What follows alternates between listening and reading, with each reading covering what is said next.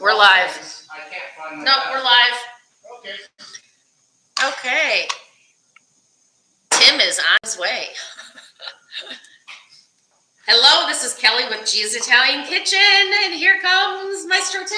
Hello! Oh, see, we planned that. You made a grand entrance. Of course, and this is from my buddy Will Barrett, who's watching right now. Fabulous cook and a boozer in his own right, so hey. And who is this?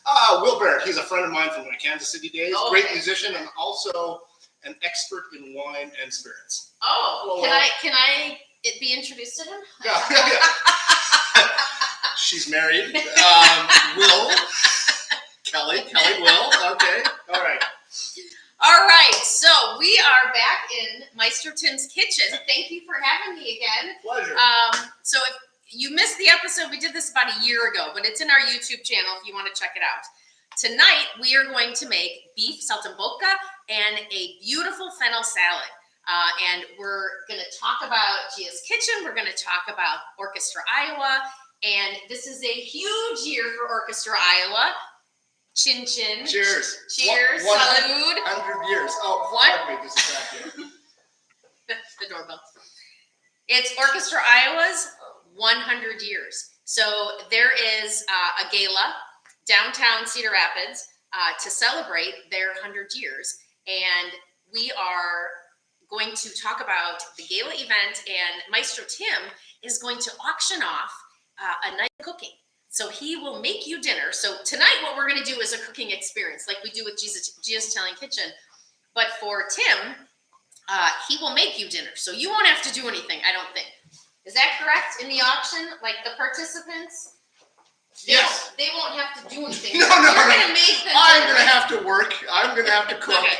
Yeah, and it's okay. It's going to be edible. I'm actually pretty good at this. He's a pretty good cook. Even though I am pretty shy when it comes to the camera, Yeah, right. but it really, it's going to be fabulous, and it's going to be high caloric, so your triglycerides are going to get a kick in the teeth. So, yeah. Okay, so tonight we are going to actually just make a couple dishes together with you. So hopefully you have the grocery list and the recipes. If you didn't get those, you can email Kelly at giasitaliankitchen.biz, B-I-Z, or go to our website at giasitaliankitchen.biz and put your email in to that join our subscriber list, and then we'll get a note and we can send you the class packet that has all this information on it. So this will also download in our YouTube, Gia's Italian Kitchen, so that you can watch this at a later date if you want to recreate this after you receive that packet. So let's get started. Okay, what do you need me to do? So first we're gonna kind of toggle back and forth so that the goal of the dinners are finishing under an hour. Right.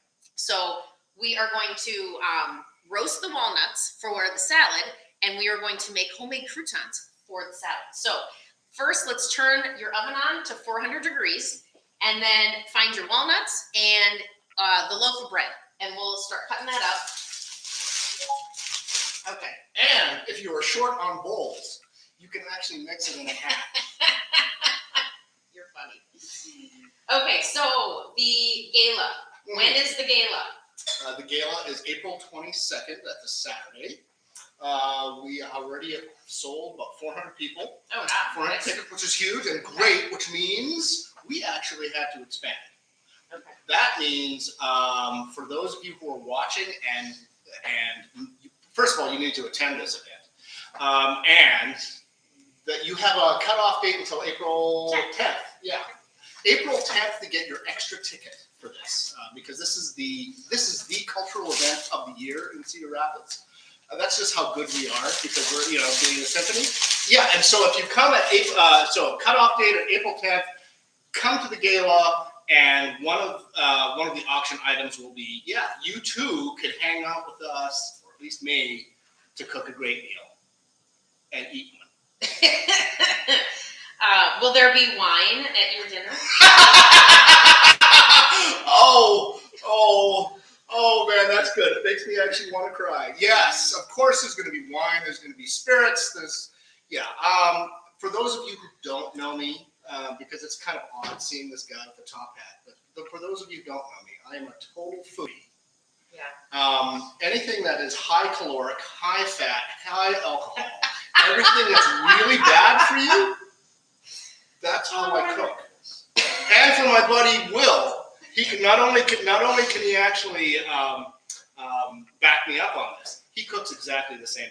It's all about live now, worry later. Yeah. Okay. All right. And maybe go for a walk later and work off your high caloric something. Have we met before? Really? Exercise?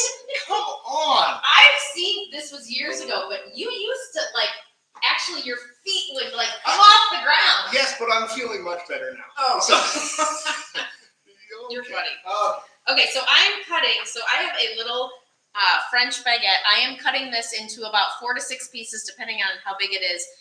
So think bite-sized croutons. Okay, so question on the event. Yeah. Can someone bid on an auction item if they aren't there? No, Okay, so they you cannot. have to be there.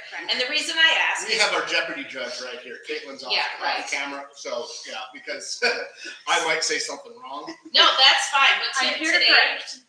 we have so when I checked this morning, we have folks from Phoenix tonight, from Portland, from Chicago, Portland, Maine, Portland, Oregon.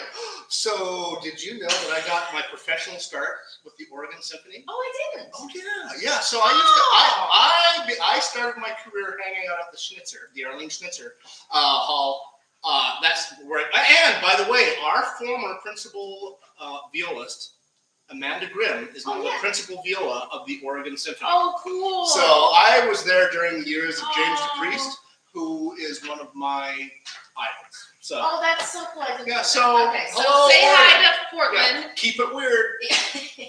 All right. I actually saw a wine at the store. It's called Portlandia. Have you seen that? I have seen the series. It's not great, but the wine, the series is funny. Yeah. And it's also true. Right.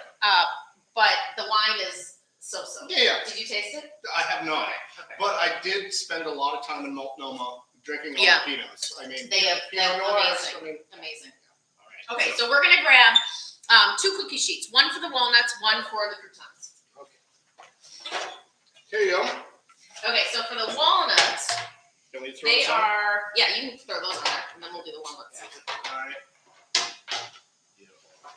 So we're just putting these right on a cookie sheet, and then we'll put some ingredients on there in a second. But let's get the walnuts in the oven. So the walnuts are over there. So we're going to do about a half a cup, but if you want to do more, you can. These are going to go on the salad, so if you love walnuts, you can add a little more. Do you actually want to measure it, or just do the tin measurement? The tin measurements. That's about a half a cup, I would say. Yeah, okay. Perfect. Okay, so we're not putting anything on these because all we're doing is toasting these for about 4 minutes. So we're going to put those in the oven. And I bought walnuts that are halved or pieces a little bit. So when they come out, we'll crush them a little bit. Any particular time, or just by feel for the walnuts? 4 or 5 minutes. 4 or 5. So why don't we, is it at 400 yet? No, it's not. It's about 138. So I'll put it on for 6 minutes. Sounds good. Okay. And then we will finish prepping the croutons. And then when the walnuts come out, the croutons will go in. So for the croutons, if you've not made these, I highly recommend doing this homemade. It's so easy, and they taste, hands down, a million times better than a store-bought crouton. As does anything, right? Well, If you make it homemade. a store-bought crouton will shatter your teeth. And nobody likes a gap-toothed smile. I mean, it's horrible. So, yes, absolutely. This is how you need to Oh my gosh, you're funny. Okay, so we're gonna take some extra virgin olive oil, and I'm just gonna drizzle this on. And then the other thing we need is salt and pepper and garlic powder. Okay. I take it you have those? Well, I have sea salt. That works. Okay. We'll just go light. So if you're using sea salt, it's probably a little coarser. So you want to use a little bit less so that you don't get super big chunks all over the place. So I will sprinkle. Oh, that's actually. It's not too Oh bad. no, that's It's not good. too Okay. So we're gonna sprinkle this on, Table salt tends to be pretty harsh, so you can Yeah. really oversalt things. It's a lot easier. and then go with the pepper. Say when. Oh, do you want it? Do you want it fine or coarse? Say Fine. fine. Oh, okay. Or whatever you got. Listen. We can do both. Whatever you got. Oh yeah. Okay. All right. Here we go. So just get those all Woo-hoo. covered. All right, we got some pepper and Awesome. And then a generous sprinkle of the garlic powder. Oh, don't you have the thing with the holes? I don't. I'd have to open it up and just waste another 5 minutes to get it done. Tim, I'm the same way. I do what you do. Yeah. You have a steady hand, though. Well, I'm watching it fall. I don't know if you guys can see it. so this is what happens when you conduct. You have a steady hand. Say when. I think when. Oh. Okay. So let's just give this a little toss. And then when that timer goes off, these will go in. So next, so I'll put this aside until those are done. So the next thing we're gonna do is make the dressing. The reason we wanna do that now is so that it can kind of sit on the side and chill out. So we're gonna get just a regular mixing bowl. We need the olive oil, you need balsamic vinegar, red pepper flakes, and garlic. Oh, garlic. Yeah. Okay, what do you need? You're so funny. Okay, could you plug in that little Cuisinart? So you can use, where's my garlic press? Oh, I have one here if you You got one? want to show. I just want to show them. Yeah, so if you don't have a little Cuisinart, you can use, I mean, there's a million garlic contraptions, right? To crush a garlic that has the holes in there. So you can use this, you can use a knife and just dice it up real fine. I'll show this one too. This one's a simpler one. I mean, we've got skills. You have lots. Yeah. Okay, and then you go, but the easiest way is if you have a little tiny Cuisinart, you go, and it's done. The other way is you can actually also mince your garlic and crush your garlic with the side of the plate. With the knife. I saw Jacques Pepin do it, and it looks so easy. Do you want to try it? No, because I have tried it, and I was a total failure. So it is worth investing in a garlic crush. Okay. So how many do you have there? I have Let's make three. sure I have 3 large ones. 3 large ones. That is probably enough. Okay. Yeah, because they're raw, right? We're not going to cook them, so we don't want too much because it'll be very potent. Okay. Is there a way you turn this thing on? Okay. So let's see. So, there we go. And then you just do that. Okay, let me pull this into the frame here. Do not harm the wine. Okay. Done. So pretty sweet. So yeah, you can get these. I'm not like doing a commercial for a Cuisinart, but these are at Target and Walmart.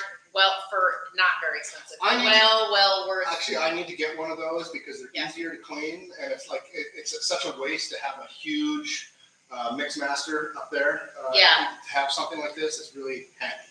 Yeah, because I use my big one like to make the pasta dough, or to make the pesto, or to make other things. But this little one is like so perfect when you just have a few ingredients or one ingredient and don't want to, clean the whole thing. These go in the dishwasher too. So, if you hate cleaning things, especially you've got the blade, just throw it in the dishwasher. Do you need a spatula to clean that up? Sure. I was just going to use spoon bellies. Sure. Hey, So we can pull all the garlic. we have a concerned viewer. Oh my God. That your glass is kind of empty. Oh! I love how your viewing audience cares so deeply about the culinary process. God. I was like, oh no, what is she going to say? I thought, oh my God, have I sworn? It's Kevin. No, it's Kevin? It's Kevin. Awesome. Okay.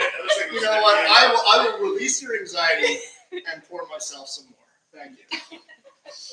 Okay, so we're going to take, where's the red pepper flakes? You're looking at Oh no, I have them right here. Okay, so red pepper flakes, we are going to put, and these are also very potent, so a quarter teaspoon, and that will be plenty for the flavor. So quarter teaspoon red pepper flakes. That doesn't want to come out. I think I made them. Actually, I may have done this homemade. It just needs to open that thing a little. Oh, okay. There you go. Actually, sometimes I actually make my own red pepper flakes, and that's why they weren't coming out because they're too coarse for this thing. Nice. Yeah, it's actually, I'm going to blame my wife. My wife makes me recycle these things. So that thing is like 10 years old. Oh, it is at least 10 years old. So, yeah. Oh my gosh, you're funny. Okay. Balsamic vinegar, I always say good balsamic vinegar, good extra virgin olive oil, So good wine. Like, don't skimp on the ingredients because you'll taste it. define good balsamic vinegar, because you can probably tell just by pouring it. Okay, so let's look. So let's grab another tiny bowl. You want to grab that little one? Yeah, okay. So good balsamic vinegar is usually thicker. Now, this isn't a glaze, so there's no added sugar in it. But if you've been to Italy and you've been to like a vineyard, they do the vinegar instead of the wine, right? Like the whole shebang is the vinegar instead of the wine. But they age them in the barrels, the wood barrels, just like a wine. And so they age and they get thicker and they get beautiful tasting, no added sugar. So a not good balsamic Comes out like water. Yeah. It's going to be really thin and you can see through it, and it's not going to taste as rich. Oh, Look yes. at that. You see how it sort of has that viscosity to it. Oh, Look how dark yeah. that is. That's Can you see beautiful. that? It's very, it's so good. Here, you want to taste it? Oh, God, yeah. Yummy. So All right. Isn't that awesome? See, I could actually live on bread and balsamic vinegar Yeah. alone. So we're going to do 3. But if you come to the dinner that I'm going to be cooking for you, there'll be at least one more ingredient than that. Maybe. Okay. So how many let's talk more about that. So I've got the red pepper flakes, the garlic, the balsamic, and then I'm going to put some olive oil. Usually 2 to 1 olive oil, vinegar. So I'm going to do like 6 tablespoons. Yeah, the ratio, you always want to have more oil than vinegar, and it'll mix up better. Usually 5 to 3, something like that. Yeah, I kind of do like 2 to 1. 2 to 1, sure. It's more Do you simple. have a whisk? Do I have a whisk? Yes. I'm asking such silly questions tonight. Okay, so we're gonna whisk this up, and then it's gonna just kind of chill out and let these flavors come together. Mainly hydrating the red pepper flakes, and letting the garlic kind of flavor the olive oil and the vinegar. If you heard a little bit of beef in the background, that was my oven. Over the walnuts still? Yeah, I'm looking at the walnuts. Okay. They still need a little bit. Okay. And the reason, this is really delicate. Walnuts can burn really easily. Yeah. And because we put it in an oven that wasn't quite up to temperature, you don't want the walnuts to burn, but you'll smell it before it burns. So we're not quite there. And you'll smell them when they start to toast. Well, exactly, right. Okay, so question on the gala. How many people are at this dinner for the auction item? So my table can fit 8 people, Okay. including me and my wife. So a total of 6 people. Okay. Will come in and, again, good, expensive quality booze, good, expensive, high fatty foods. Don't let your cardiologist know. Just don't do it. Okay, so the winner of the auction item is 6 people. 6 people. They bring- they bring 6 people, Okay. including themselves. Okay. My table, sadly, can only fit 8 people total, including me and my wife. That's a big dinner, though. Yeah, That's a big and dinner. I want to eat. You know, it's like I'm not going to be just serving you people. I'm going to be cooking for you. By hell, I am going to be enjoying it as well. So, Absolutely. all right. Absolutely. Okay, let's start Mhm. with the meat. So, let's Hold see. that thought. I'm smelling the that walnuts. thought. Oh, good, I'm okay. smelling the walnuts. Sorry, loud noise. So I'm opening the top round for Before you do that, show the audience about Oh, nice. this. Why This don't is you do that very since you've got nicely that? toasted. So walnuts, when they're raw, are kind Nice. of pale, and this has just a nice peanut buttery kind of look to it. But your nose always knows, because you can smell it when they start to toast. They're ready. It's good. Okay, so we'll just set those aside. Yeah. And then in go the croutons. Okay. 10 minutes on the timer, please. 10 minutes. All right. See, he kind of knows a little bit about food.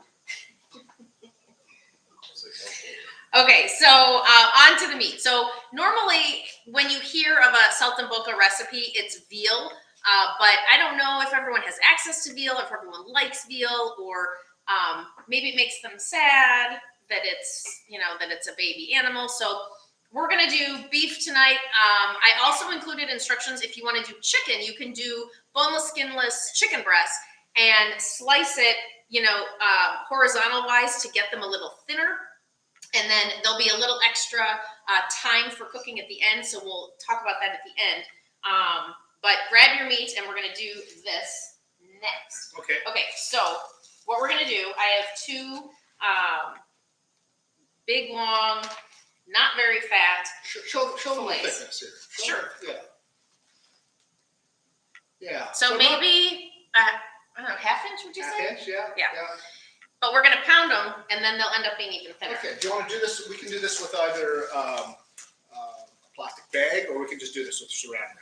So personally, I like using the plastic bag Okay. because you can seal it and then none of the juices go like spraying elsewhere. So that's my preference. Okay.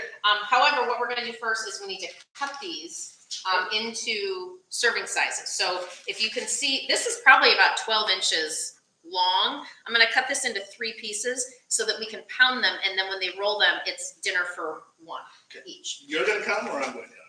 How about I cut and you're really excited to use that. I've had this for years and I've never had to use it. Really? So, oh yeah, except maybe with fights with my wife. But you know what? To actually be able to use it in the kitchen, yay. Here we go.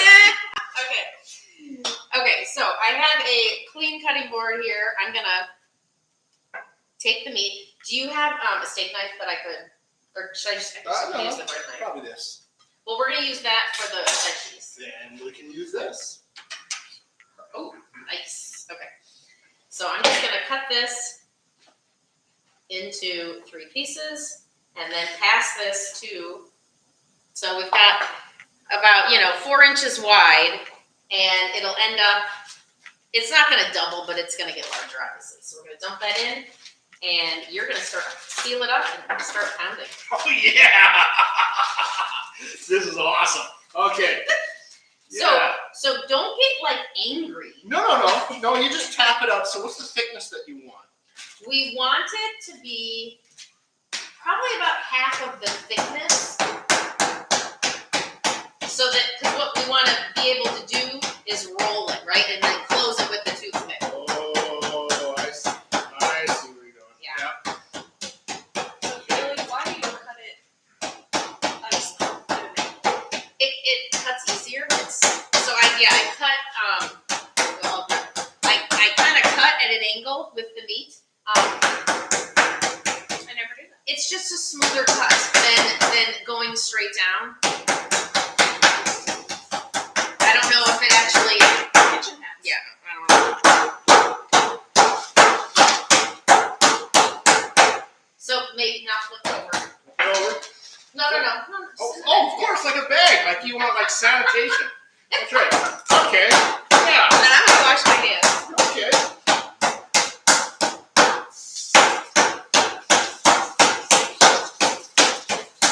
So is it awesome? It is awesome.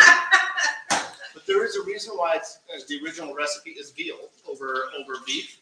Veal is much leaner. It's much leaner, but it's also a little bit more tender. So Yeah. you don't have to like wail on it like I am right now. Well, you don't want to wail on it. Or you could, Tim.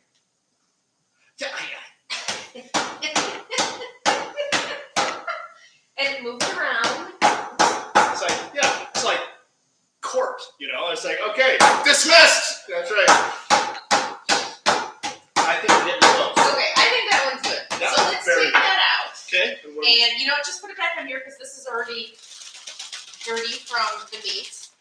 And then Okay. I'm gonna start, well now I'm touching it again. I'm gonna prepare the meat. So we're gonna grab the prosciutto and spinach.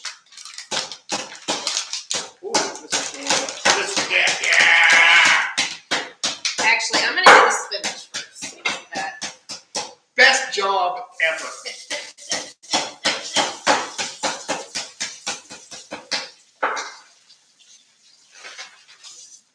All right. So for the spinach, hopefully you took it out of the freezer and it is thawed.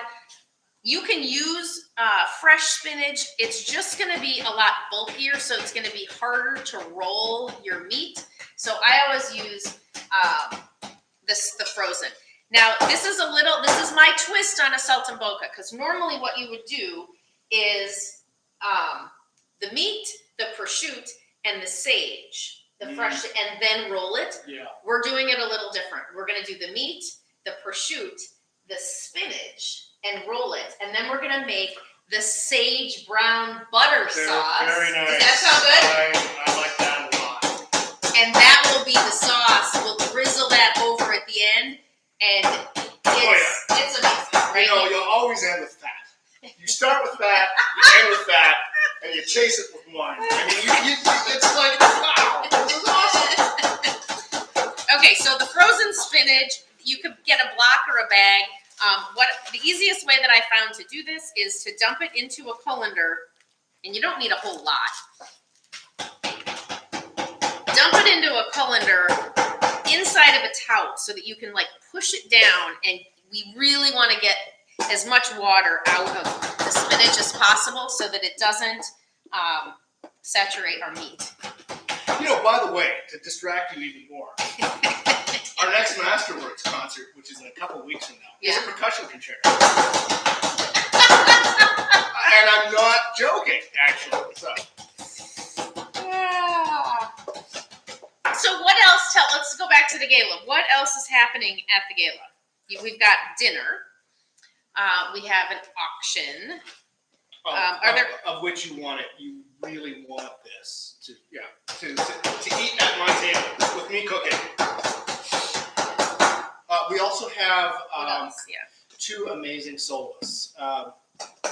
So part of our slogan, our theme for the year was past, present, and future. Seeing that Orchestra Iowa is celebrating its 100th anniversary. Some of the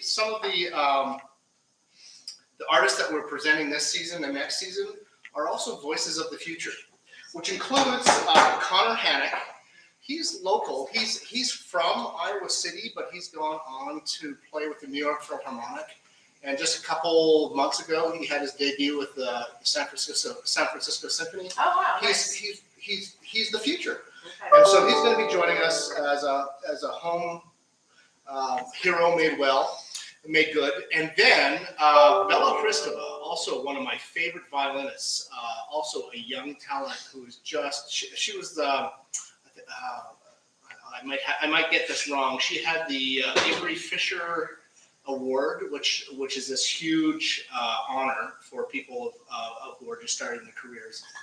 And she has performed with us a couple of times, and I just know she's going to be 50 years from now remembered as one of the all-time greats. So to have Bella come and perform with us, with Connor, who's also from this area, who's also has this terrific career, they represent the future of music and the future of Orchestra Iowa. So that is exceptional. I'm so excited. So excited. Plus, I get to hit meat. Could you pause? Could you check your times? Oh my goodness, thank you. Oh, we've got a minute. So they're done. Actually, they're brown. Those are brown. But you know what? You're absolutely right. She said 10 minutes, but her nose always knows. And her nose was right. So light brown, golden brown, but not going to break a tooth. Great. Perfect. So let's just stick those aside also. Okay. And then while I have you away from your meat, actually, you could just stick it back. You can stick it right on top of there so that it's not out of the way. Okay. So we're going to pull the meat and assemble the meat, but at the same time, I can start the sauce. So I'm grabbing this wider. Sauce. Is this like butter sauce? Is that what you're talking Yeah, we're going to start the butter. So we've got a saucepan with sides just so you don't spill out. We're going to do a little more garlic, butter, and the sage, and that is going to go on the stove. So I'm going to start with the butter. By the way, how are we doing on our salad dressing? Have we gotten there yet? Yeah, the salad dressing is hanging out. It's over there. Okay, great. So we'll come back to that at the end. Okay. So the recipe recipe, I put a half a stick of butter. I'm just going to use this whole stick because we've got more people here out. As if you've ever watched, I call them my pit crew. They're my helpers, and thank you to you guys because we can't do this without helpers. So they're running the chat. So if you do have a question, there are people waiting for your questions or comments. Feel free to throw those in the chat, and they will be answered real time for you. We have a brand new question. We got a brand new We have a question. Oh, good. Yes. A request to please do the rolling close up Oh, so they can see exactly how to do it. Okay, good question. that is an Okay. excellent question. Now I feel guilty. I'm not sure.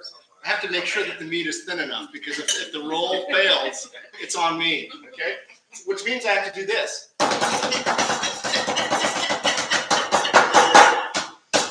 Okay,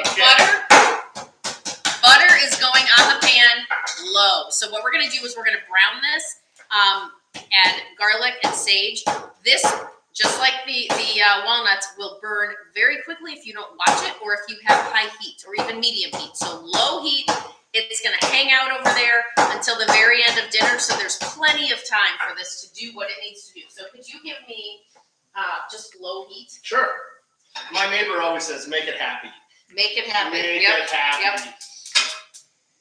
Okay, low heat. Low heat. Okay, then I'm gonna grab, while he's finishing his pounding. I'm almost done. I know I'm annoying you, but you know it will pay off. Oh my gosh. All right, here we go. All right. Awesome. Okay, garbage with that. All right. Okay, so let me just do this garlic and then we will move back to the meat. By the way, have you met Gia before? Have you met her? She's probably watching and saying, "What the hell are you guys doing?" My Gia? Yeah. No. So if you're new tonight, I'm Kelly with Gia's Italian Kitchen, and my daughter. So I'm Italian, but I'm also half Irish. So my mom's side is the Italian side, and Kelly is not very Italian. Okay. So that's why I named it Gia's Italian Kitchen, because Kelly's Italian Kitchen doesn't sound very Italian. Giovanna is my daughter, so Gia. That's wonderful. And Okay, Gia. so you have met Gia. Yeah. So Giovanna, my daughter, Gia, she is named after my great-grandfather, Giovanni, from Italy. So there's many of them. So your family's looking on at this in complete horror, thinking like, "What on earth are you and this top hat guy doing?" It's like, really? You know who I think is watching though? Yeah. My mom, who Mom? you've met. I've met. So We made gnocchi last Yes. time. Yeah. Okay. So, Mom, Nana, if you're out there, can you throw something in the chat and say hi to Tim? Because I know that you remember Tim. Yeah. Keep it clean. Okay, let's do. Okay. What do you need? Can you plug me back in and give me the Cuisinart? Just right here, this little thing. Oh, I can plug you in. Just plug me in, All right. and then I'm gonna just bring it over here and do a little more garlic. You know what I love about these recipes is there's never enough garlic. You can always over garlic. Never. You know what? You can always over garlic. You know, I make pesto a lot, and I did have one of my friends once say, "Oh my gosh, there's too much garlic in the pesto," and I was like, "What?" Are you still friends with her? Okay. All right. So this is gonna just set aside for a few minutes. We'll put this in the butter after it starts melting. So Okay. let's Do assemble. you want it to melt faster? Nope, I don't. Okay. I want it super, super low, Okay. and we'll come Okay. back to that after we do this. Okay. So let's assemble. So take a sip, because then your hands are gonna get all. Okay. And we have a question. Oh God, yes. Okay. What is Tim's favorite Italian food? Oh, We narrowed it a little bit more. that's a good question. Wow. You know, I'm always a sucker for a good bolognese. Are you? I am. Oh yeah. I make a A good bolognese. Yes, I do. Yeah. Oh, Yeah. someone write that down so I Yeah. don't forget. But I also have to throw my shout out to my buddy Will, who makes the best carbonara I've ever had. stop your heart rate carbonara. So carbonara, bolognese. Piccata is good, but I think in terms of just like to live up to my brand of like high fatty, really bad for you kind of food, carbonara and a bolognese. Yeah. We could do a carbonara cook-off. Carbonara challenge. I'm gonna bring it. I'm gonna call a friend. Should we do that? Yeah. I need you to be my champion. Okay. For this one. Okay. Yes. You're Does on. he ever come to Cedar Rapids? Yes. As a matter of fact, our last concert we did a couple weeks ago was the Verdi Requiem. Oh And yeah. He came in. Okay. And I had some of the musicians here after the concert, and Will was here, and he made carbonara for us. Oh, nice. It was Okay. awesome. Yeah. Okay. All right. Let's assemble. Question about the beef. Yeah.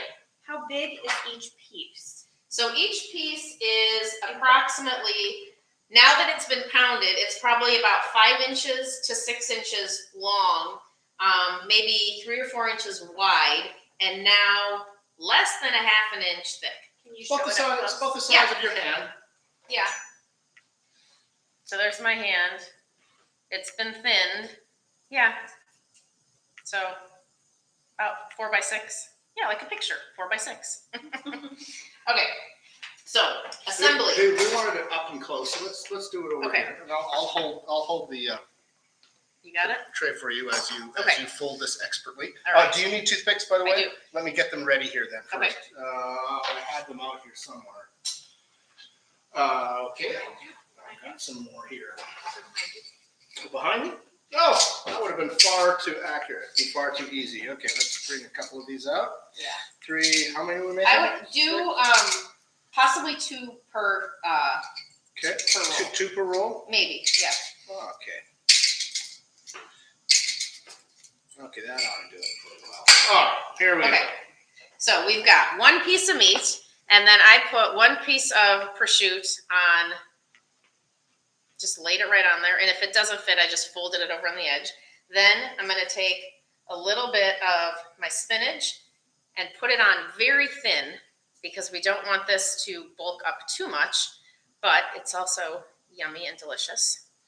So I'm putting this about maybe 3/4, 2/3 of the surface area of this, not to the edges, so that I have room to roll. So let me do the other one, and then. Kelly, do you usually like to season like on the inside, or do you season the outside, or? I think I put in there that you could do salt and pepper on the meat. You certainly can. You know what? I didn't, because I forgot. But there's a lot of salt in the prosciutto. There's going to be a lot of salt in the sage butter sauce. So you really don't need to season this at this point. I don't know. Someone might tell me I'm wrong, but because I think technically you should be seasoning at every stage of your cooking. But is it necessary? I don't know. Because if we weren't putting the prosciutto in there, I would say absolutely yes. What part of Italy is your family from? So we are from near Florence. So our little village is a little mountain village of northwest of Florence, which is in the Tuscany region. And then so that's my grandma's side. I'm sorry, my grandpa's side. My grandma's side is from near Siena, which is it's like an hour from Florence. So same region, kind of Chianti, Tuscany, middle of the country. Because I was noticing in your Italian, you dropped the last vowel, prosciutto, rather than prosciutto. That's what they say over there. They say prosciutto. They don't say prosciutto. And I wish I spoke Italian. I don't, because when my grandparents when my mom was born, it was post World War II, and they were trying to Americanize, right? And so my grandparents didn't teach my mom and my uncle how to speak Italian. It's a generational thing. It is. My family did the exact same thing. They wanted to assimilate rather than preserve their culture. Yeah. And they preserved it in the house. Right. With the food and the traditions, and of course they yelled at each other in Italian. Which is awesome to hear. And fast. Yeah. And they did that all the time, and we had no idea what they were saying. But they didn't teach the kids how to speak Italian. Isn't that sweet? That was, a serious discussion when they changed languages. Right. Right. Yeah. And, now my mom is taking Italian lessons. Good for her. Because when we go over there, I speak Spanish because I went to Spain in undergraduate. Mhm. But, some people say, oh, it's kind of the same. No, it's not. No, it's not. No, it's not. I mean, it's a Latin language, but it is not. Similar structures, but the vocabulary and obviously the dialect is Yeah. completely different. Yeah. And so when we were over there, and I don't know what to say, and I'm trying to not speak English, I would speak Spanish. And like the younger people would kind of understand what I was saying. The older people are like, I have no idea what you're saying. Right. Because it's just not very similar. So, okay, we got it assembled. Now I'm going to take a couple toothpicks and roll these up. So if you're doing chicken, you're going to roll yours a little looser. The reason I say that is you want to make sure that all of your chicken, is cooked through. For the steak, I know you like yours kind of medium rare, right? Yeah. So we can roll these a little tighter because if our steak is a little more rare on the inside, we're good with that. Yeah. The chicken, you want to make sure is cooked. So almost think of like if you're doing the chicken, like a sandwich, not as a roll, because then all of the surface area of the chicken is going to get cooked. For the steak, Smart. yeah. We can roll this kind of in thirds, kind of like a jelly roll where we've just rolled it up. And then you want the opening at the top so that stuff doesn't fall out. Yummy. And I am going to just do two because then we'll be safer there. Okay, and then we'll just keep rolling these. I think most of these are going to be good for It's amazing how many third. cultures have rolled meat. Mhm. Of course, I'm Ukrainian. We couldn't afford meat. We only had cabbage. But rolled meat. I mean, the roulada in the German tradition. I mean, that stems probably from the Italian tradition. But I mean, prosciutto, yummy. And you think of like a ravioli. Almost every ethnicity also has like a pierogi or a wonton, or like everyone Yeah. has a stuffed piece of Dough. Yeah. Yummy. Love what you're in their doing. own flavor. Yep. Thank you. Almost there. You do a nice job of attaching these. This is the kind of stuff that I'm really bad at, and this is usually the time when my wife hears me swear a lot. Let me turn this over so Sure. you can actually Thank makes you. this a lot easier. There you go. How's Okay, perfect. Thank you. So Caitlin, could you take a look at the butter to make sure it's not burning? sure. I had it on low, but just want to make sure it's not turning color. Usually I leave mine on for quite a bit. If it's on low, and it's usually Yeah, it's fine. just Is it okay? Good. Okay. Awesome. All right. Oh, I think there's one more. You mean I You ballparked counted. this and I got it right? I think Yay! you counted right. God, here, 3 cheers Okay. for competency. So there's our Saltimbocca rolls. So we're gonna set those aside now and get this stuff out of the way, wash up a little bit, Okay. and then Oh, Kevin, you know what? I'm low on wine again. What will I do? I don't know. Let me try this.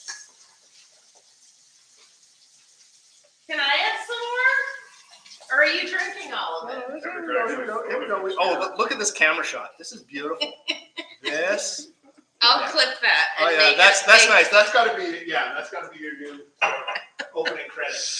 Okay, let's get the garlic in with the butter and then the sage. So I'll do the garlic if you want to start on the sage. So I have just one of these little packets from the grocery store. And like I said, we're going to put this in the butter instead of wrapping with the meat, which is what you would normally see if you're looking online. So we're going to take all these leaves and we're going to just really roughly chop them, like take the stems off and then just give them a rough chop, because think about, it's going to get drizzled over your meat, so you want it to be in a relatively bite-sized piece, but not minced. Yeah, you because want it to look good. You don't have to. You want to know Yeah. it's there. You want to see it. Yeah, okay. So we're gonna do, let's just do that whole thing, because the sage is just phenomenal. Yes. And then I'm gonna put our garlic in with the butter and give that a stir. If I were a stirring thing, Oh, Here. here we go. yeah, perfect. Thank you. Okay, so all of my butter is melted, but it's still very light yellow, so, which is what I want for now. So when you overheat butter, you might hear some recipes about brown butter, Yeah, and that's when the milk solids start to cook, and it changes the color and the taste of the butter. Yeah. But you certainly don't want the butter to burn. right. And if you get impatient with your butter and you turn it up, it's going to burn. So just, Usually when you're not watching Yeah. it too. Yeah. so just be patient. That's why we started it already, so that it can just sit over there and hang out. Kelly, what was the best meal you've ever had? Or some of, at least. Like ever? Some of the most memorable. I actually had this conversation a couple days ago. My next door neighbor is also a foodie, and we kind of keep a list of some of the best meals we've had, where we've had it, which restaurants, and why. Okay. It's impossible to nail it down with your bests. Yeah, So, but like in some of your most memorable meals and where and why? Hard. well, one, you know what? Since you said bolognese, one of the most recent ones, we were in Italy last June, and the villa that we were staying in, we stayed for a week, and the owner was like the classic Italian grandma, Susanna. She was awesome. Is this Florence? So we stayed in a villa like west of Florence, yeah, Okay. in the country. Which I hear It was phenomenal. people don't go to restaurants because everybody's grandma is the Yeah. best cook in Yeah, Florence. yeah. So she made, so one night, she has this huge pizza oven outside, and one night we did pizzas for dinner. We made the dough. Actually, I'm going to post those so you guys can see those. Made the dough, made the pizzas, did the oven, but then the oven is like 800 degrees, right? And it takes like a day, more than a day, to cool off. And so she always makes her bolognese the day after Nice. the pizza dinner. And so she had these stone, I don't know, not a bucket, but like a stone barrel, not a barrel, whatever, like a pot. And the meat and the carrots and the onions and all of the ingredients go in there, The low and slow, baby. puts the lid on it, puts it in the pizza oven, and it cooks, like all day. And then she made, and I have never done this, but she made her lasagna with her bolognese sauce. Oh, jeez. And she made, so I want to do this later this year too. We made the homemade pasta, but we rolled it out like you would roll out, to make a ravioli, but she made the lasagna sheets. And those are homemade, right? And then they're paper thin, almost like is it phyllo or phyllo dough? Phyllo dough. Rough chop, right? Rough chop. And she's layering and layering. So there's a lot of layers of the meat and a lot of layers of the pasta, but the pasta is so thin and so fresh. So silky. It was ridiculous. Silky. I love fresh. It was silky. It was ridiculous. And we were sitting looking at the countryside with a glass of wine, So Did it get some smoke too in the flavor? No, because most of the wood has been spent by then. yeah, and she had a top on it. Yeah. How's that? Is that? Yeah. I did Okay. one across. So in the corner. no, that's fine. Okay. So rough chop to the sage. I'm gonna put all this into the butter, and it is going to. Oh my gosh! Oh, you can smell that? I can smell it already. Oh, Will, I wish you were here, man. So what That's this is good gonna do, though, you guys, it's almost, well, it is. It's gonna crisp up the sage. Like, it is ridiculous to put it on top of this meat. It is insane. Okay, so let's finish the salad, and then we're gonna cook this at the very end. Beautiful. Okay, so is that cutting board clean It from is. from meat? You The didn't have any meat meat does in not there. touch Okay. this board. Okay, so I'm gonna give you the red onion because you can cut these so paper thin. I remember that. Yes, So I can. you're gonna do the onion. I have a question Yeah. from the chat. Yeah. Are we trying to turn the butter brown, or are we trying to keep it just We melted? are trying to turn it so ever slightly light brown. Okay. Can we show them what that looks like? So right now mine is still quite yellow. Okay. So when mine, browns a little bit, we'll bring it over, but Brown comes at the end, because Yeah. brown happens so quickly, you want your butter to stay blonde throughout here, this wait, whole tip it a process. little bit more. Even more? There you go, yeah. It's still yellow. It looks like just melted butter Yeah, still. yeah.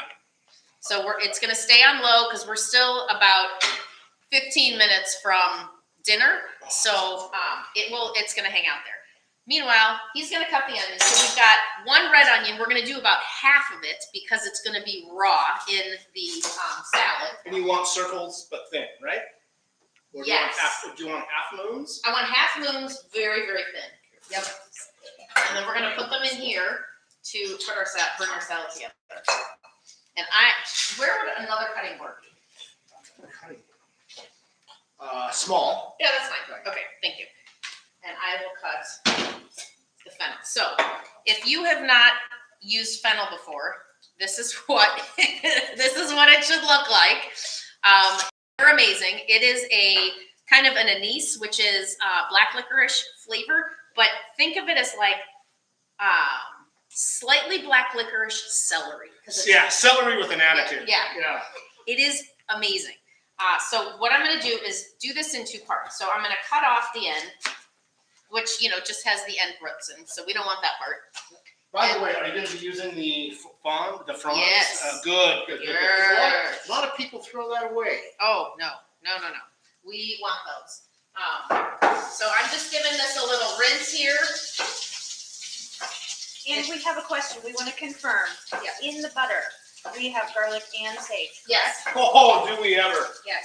Smell-o-vision. Smell-o-vision, everybody. Ah, that's good. Oh, yeah, that's good. Do you want half an onion or half of a half moon? A quarter of an onion. I want half of an onion. Okay. So I'm just giving the fennel here a rinse. Whoa, to get all of the dirt off of it. And this fennel has a little yellow at the top. I don't know if you can see that on the screen. So what I'm gonna do is cut about halfway up and get rid of the top of it.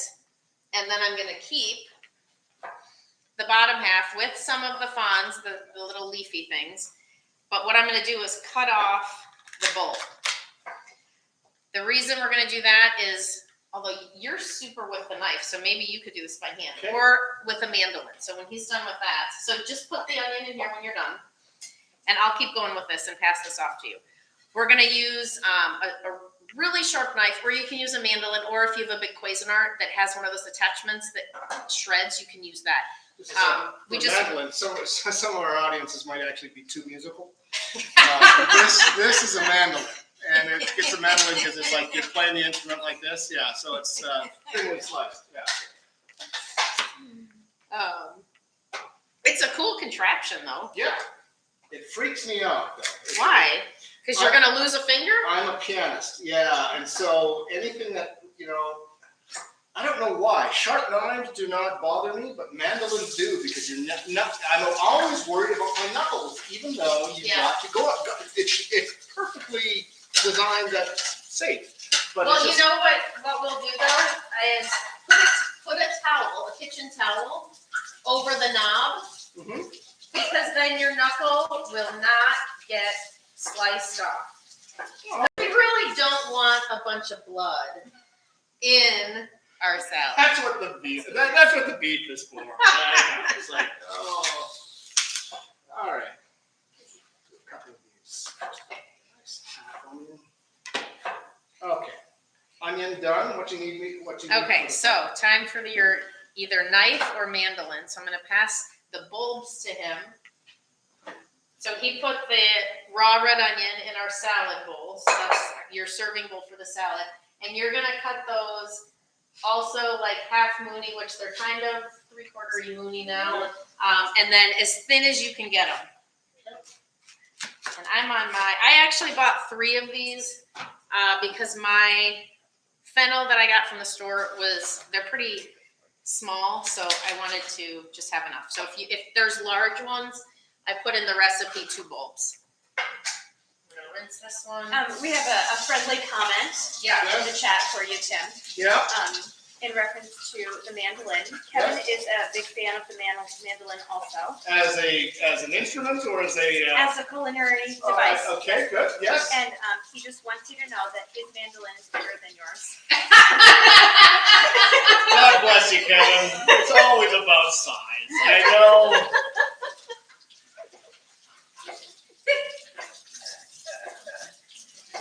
Oh goodness. You know what I love about fennel is when like most vegetables, when you cut them and it releases the smell. Yeah. Oh, you can smell this. And also in the background, I'm smelling the butter. So I just took a look. It's not burning. It's not turning color yet, but wow, you can still smell it. Yeah. Okay, so then with the half of the stock and the fawns, I'm gonna just dice these as thin as I can get them to and throw these right in the salad. Because this is really the bulk of the salad is the fennel, which is going to be interesting for some of you if you've not had a lot of fennel, especially raw. Most of my recipes have cooked fennel. One of my favorite ones, Tim, I don't think you've had this one. So it's sauteed green beans and yellow onions with the tomatoes and Italian seasoning and some red wine, but with the fennel cooked in there, and it is so delicious. So if you enjoy this fennel salad, go to our website, jesusitaliankitchen.biz, and look for that fennel recipe in our recipe blog on the website. Listen, not to disparage celery, but if you really want to class up your dish, I always consider just switching out fennel for so instead of celery. Although I do use celery root for my mashed potatoes. Oh, yum. Yeah. That's good. Yum. Celery root, that is.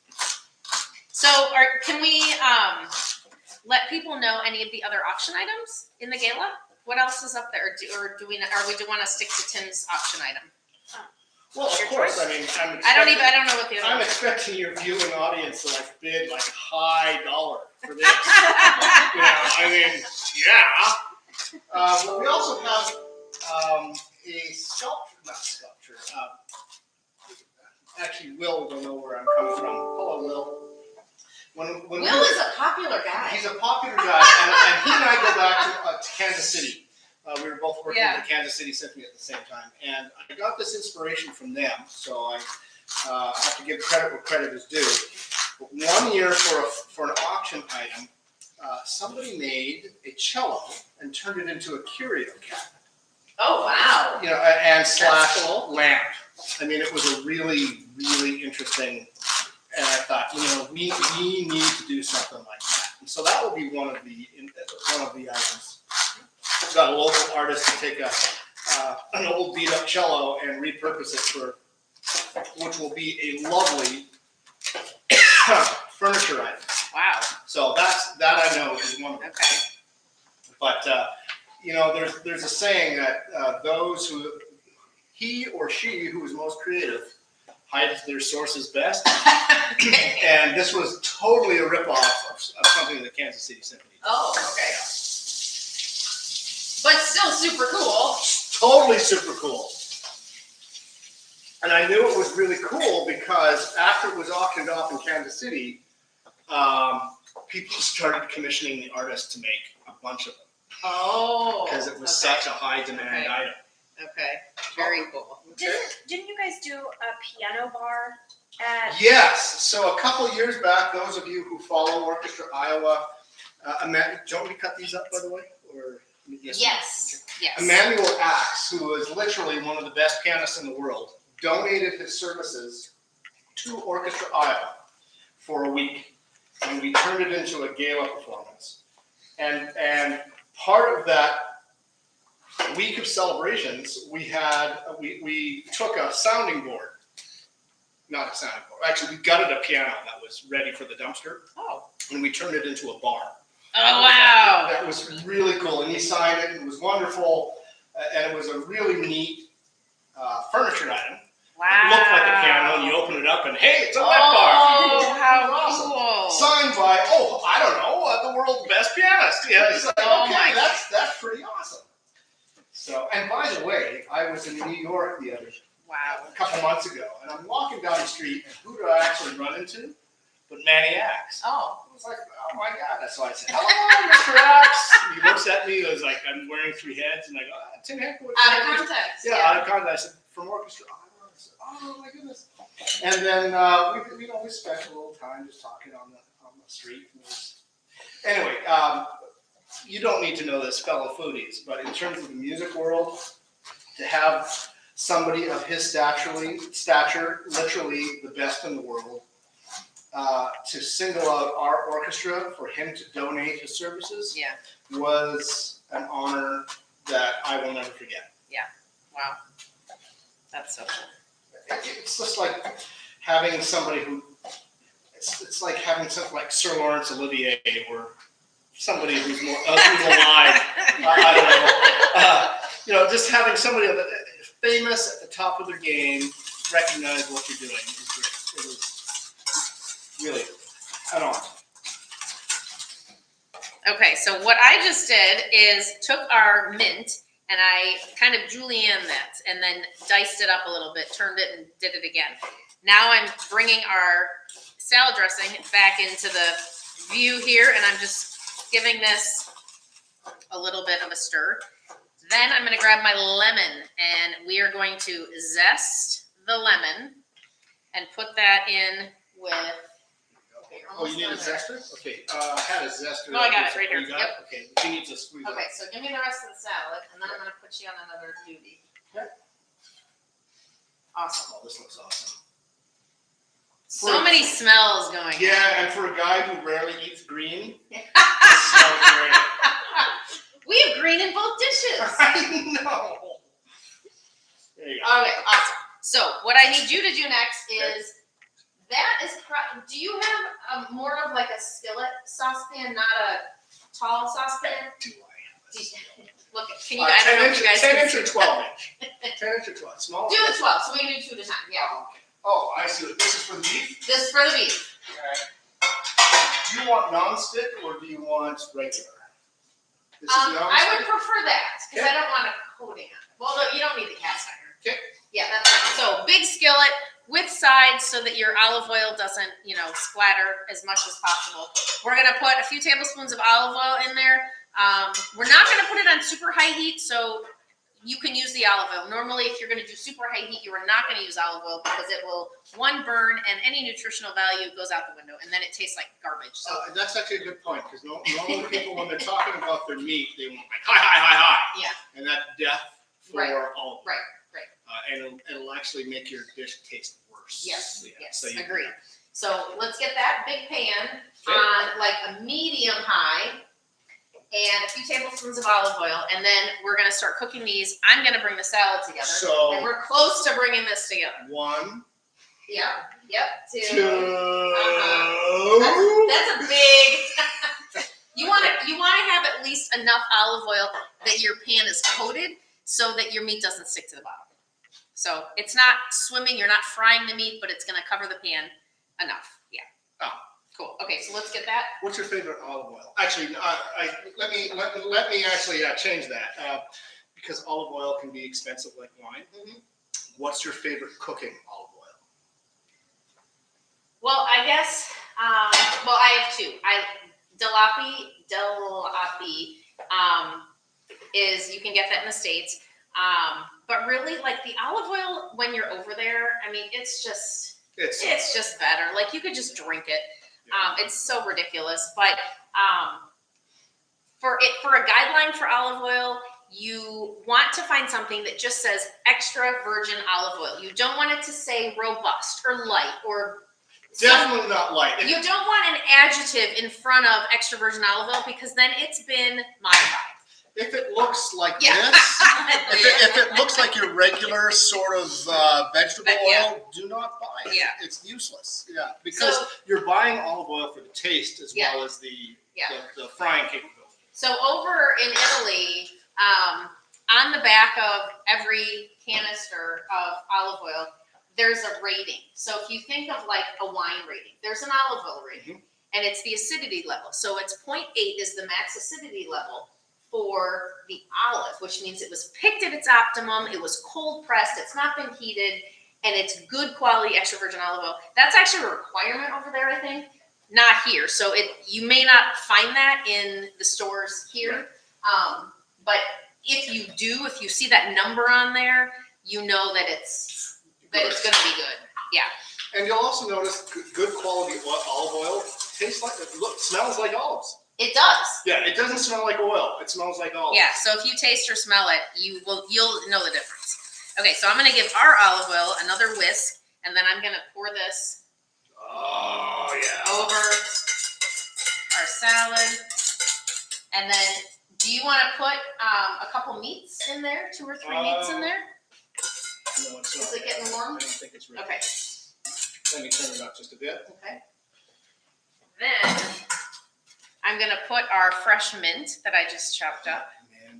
Oh, it's such a weird combination, but man, this is good. It's a good combination.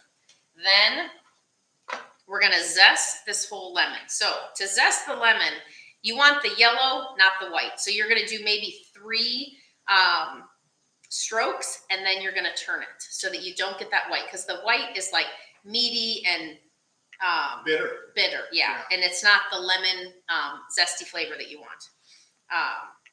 So did you know that in my limoncello, which you have, Oh, yeah, I do. Keep talking. Keep talking. the limoncello uses the lemon zest. There is no lemon juice. Look at this. And I'm going to it says Kelly Cole's limoncello. Yeah, it's in my fridge. And guess what? It's going to be in my belly real soon, too. But isn't that interesting? It's lemon zest, no Yeah. lemon juice. It's the oil. Yeah. It's the oil. The lemon oil is what really gives everything the flavor. Yeah. Off camera, we started this before you actually logged on by drinking Vesper martinis, which is my favorite cocktail. And one of the the final things is a lemon twist, and it's not enough just to put a lemon rind in the cocktail. No, Okay. you have to twist it, and the reason you twist it Yeah. is it actually releases the oil, which flavors the cocktail. So without twisting the lemon, you've missed the entire point of the cocktail, which I'll drink anyway, but I will forever ridicule. Yeah, it's like, really? What's this? What's up? Oh my god. Yeah, exactly. So here's an example of an empty one, for example. And it would be still full if there was no proper use of the lemon. Goodness gracious. Okay, so my lemon. I'm smelling it. Okay, yes. Okay, so get the meat in there, and we're gonna cook the meat for maybe what did I say? 4. Yeah, make about 3 minutes per side, and then turn it. How many do you want at a time? You don't want to crowd them, so you don't want them to touch each other in the pan. But in your pan, you could probably fit like 3, right? Okay, yeah. Here we go. And if your olive oil is smoking, I would say once you get it back on there, turn it down just a little bit. Will do. Okay, so next, I'm going to take the lemon and cut this in half. And we're going to juice the lemon. 3 minutes? Yeah. And then you'll turn them. Yep. And what we're going to do is put the lemon juice in there. So the recipe called for the juice of half of a lemon. I'm going to put the whole one in there because this lemon isn't very big. And we used all 3 of our bulbs of fennel. So if you only use 2 bulbs of fennel, or your fennel weren't very large, if your salad, this is a big salad. If your salad does not look this large, maybe just half the lemon, and then give it a toss and taste it. But I'm going to use this whole thing. We have a comment in the chat. Yeah. That Tim, you are officially Kevin's hero after the explanation of the martini. Yeah, You see, I'm so delighted that your followers are all alcoholics. That's right. Welcome. So speaking of alcohol, Mhm. did you like the limoncello? God, so let me tell you how great your limoncello is. So every once, I think we talked about this earlier, that every once in a while we host a formal dinner and we bring in a chef. Yeah. And literally the last time we had it, we were having dessert.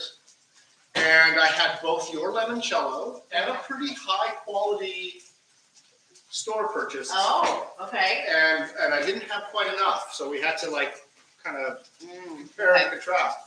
And as good as the expensive limoncello was, it lacked all the character as a real limoncello.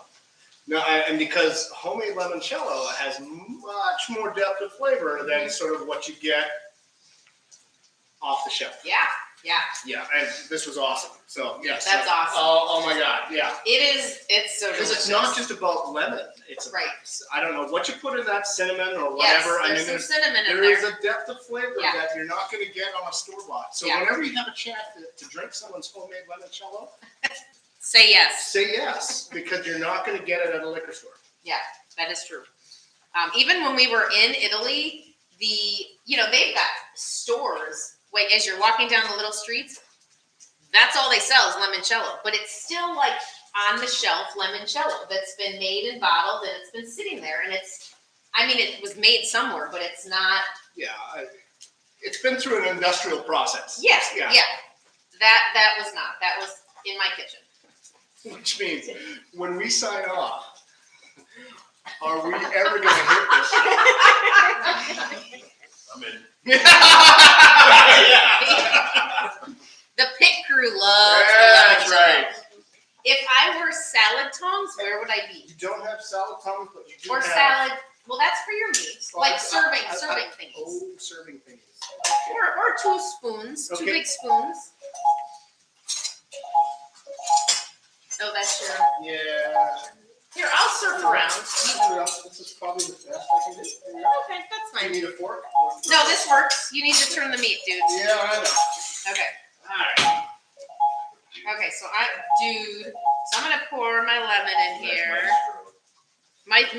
Yeah, you're right. Maestro, dude. Forgive me, Maestro, dude.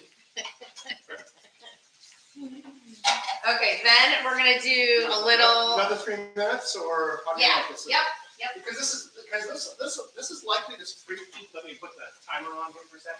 So 3 minutes. This is going to freak out so many people.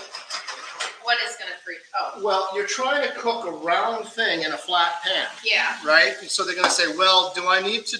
How many times do I have to flip this?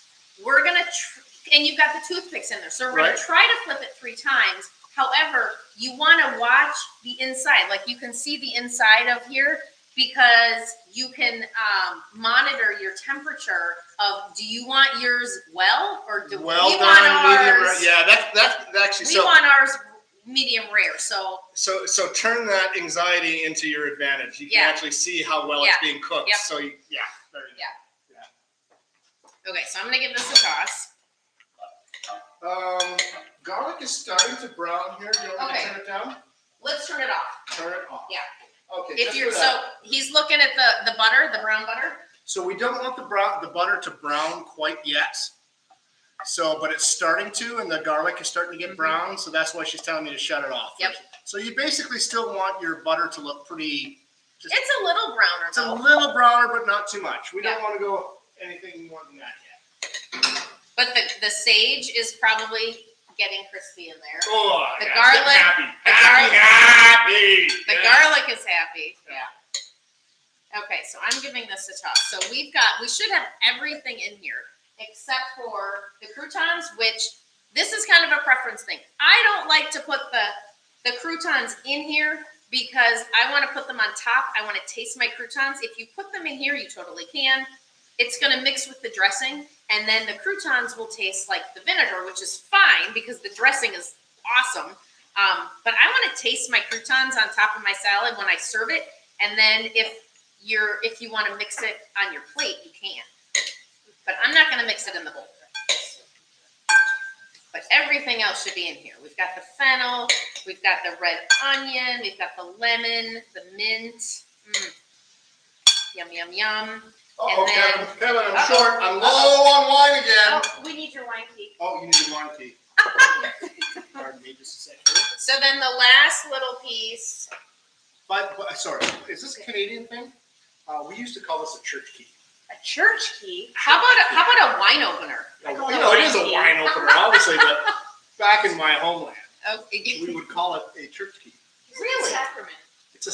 Oh, I like it. Thank you for explaining that. I had no idea. It was just like the quickest Interesting. route to alcohol. But thank you.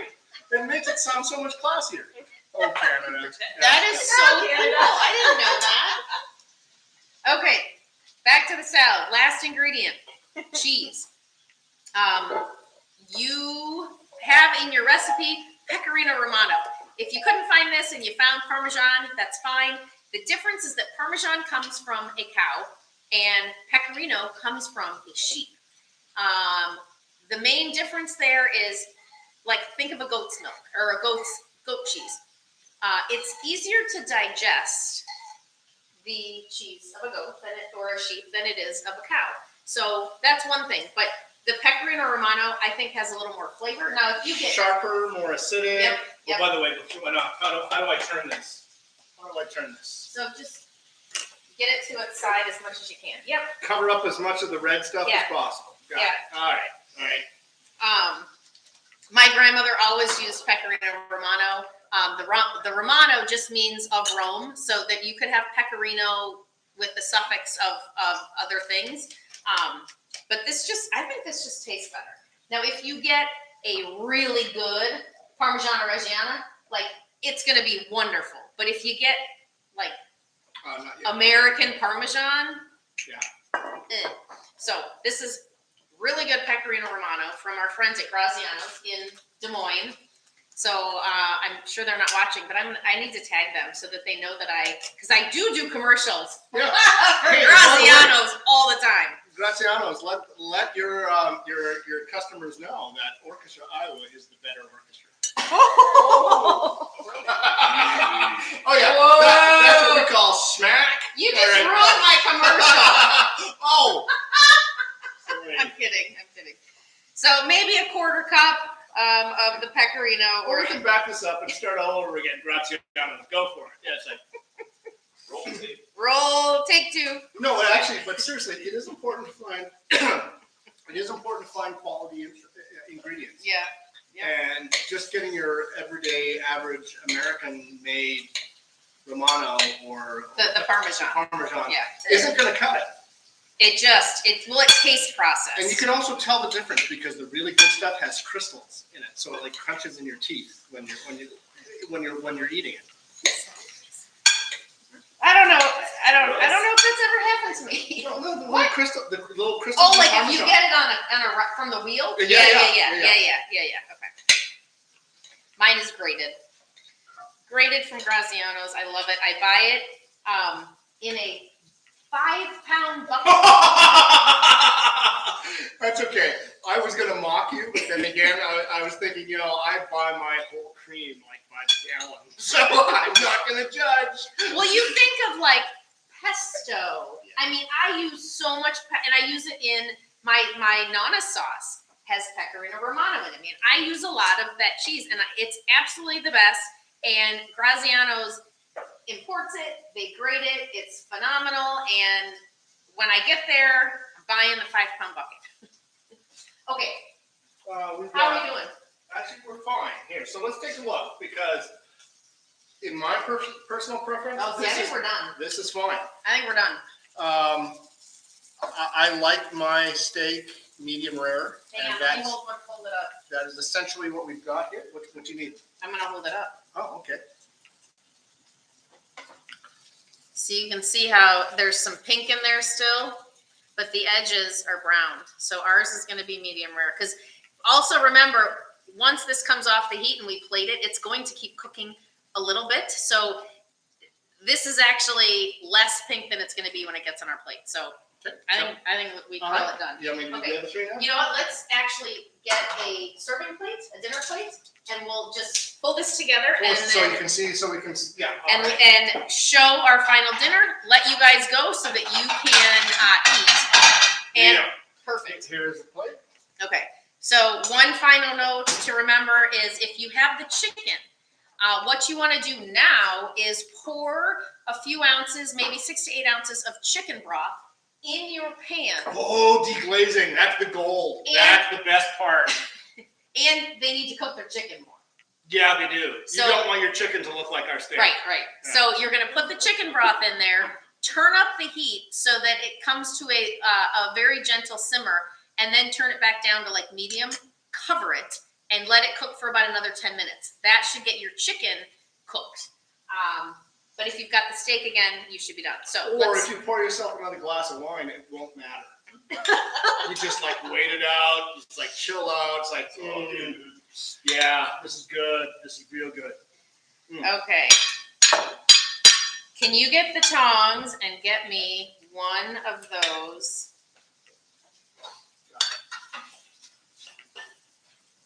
Awesome. Now, if you don't want, so there's olive oil in there. If you don't want, Oh, croutons. Croutons. if you don't, the And walnuts. We forgot the walnuts. oh, we must do this. Well, Okay. pour it on top. Yeah, we'll just talk. Give this a, well, no, because I already put this on the plate. Okay, so we'll just drizzle these on around the sides. Actually, that'll look This pretty. is this is This'll authentic look Italian cooking. You know, it's like You wing it, yeah. If you want, you can take a paper towel to drain your meat, either on top or on the side before you put it on there, but like whatever. Okay, so then we're gonna take a few croutons. Did you taste one of these? Oh yeah, I've been They're good. Oh, you've been munch. Okay, no teeth shattering. and we're putting these around the side. Okay, then Would you like a little pepper I would or like something? my sauce. Oh, sauce! And I'm gonna God, take. you're right. This all does come together. Do you want Yes, a spoon? I'll just take this for that, yeah. And we're gonna, is this hot? No. Okay, so then we're gonna take our brown butter sauce and drizzle a little bit. Actually, do you wanna hold the plate up? Oh yeah, so you can actually. Oh. And I'll do this. Oh yeah. And we're gonna put this right over the top with the butter and the sage. And By the way, sage, if you are dietary conscious, don't even bother. And because this, it's the butter sauce yeah. that makes it pop. Yep. Because if you do this without the butter sauce, you are dead to me. Okay? That's right. Okay, so I'm gonna put this down. So I guess all your viewing audience just disappeared. That's right. Beef saltimbocca with your fennel salad, with your little croutons, with the sage brown butter sauce. And Maestro Tim, Cheers. thank you so much. This has been so fun. Happy birthday to Orchestra Iowa. 100 years, the gala, April 22nd. He's going to cook for you. Auction item. Absolutely. All right. Salud! Salud. Thanks for joining. Let's get cooking. All Bye-bye. right. Cheerio.